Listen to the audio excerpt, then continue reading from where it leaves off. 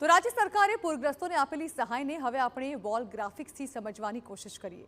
સૌથી પહેલા તો એ જાણીએ કે આખરે સરકારે શું રાહત આપવાની જાહેરાત કરી છે।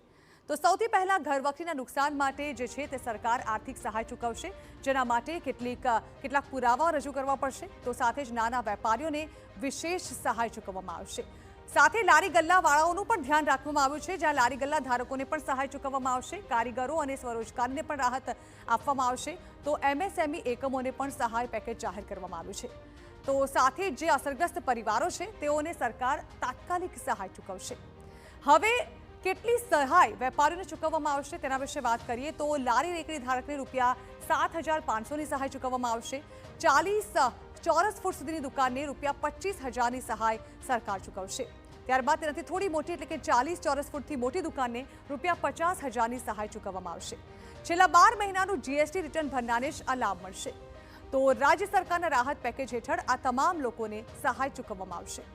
હવે સવાલ એ છે કે સહાય માટેની શરત શું રહેશે?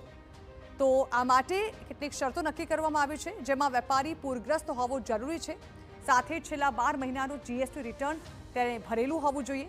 નુકસાનનો સરકારી સર્વે કરવામાં આવશે અને ત્યારબાદ જે પાત્રતા હશે તે મુજબ સહાય સરકાર ચૂકવશે। રાજ્ય સરકારની માર્ગદર્શિકા મુજબ આ તમામ વેપારીઓને લાભ મળશે।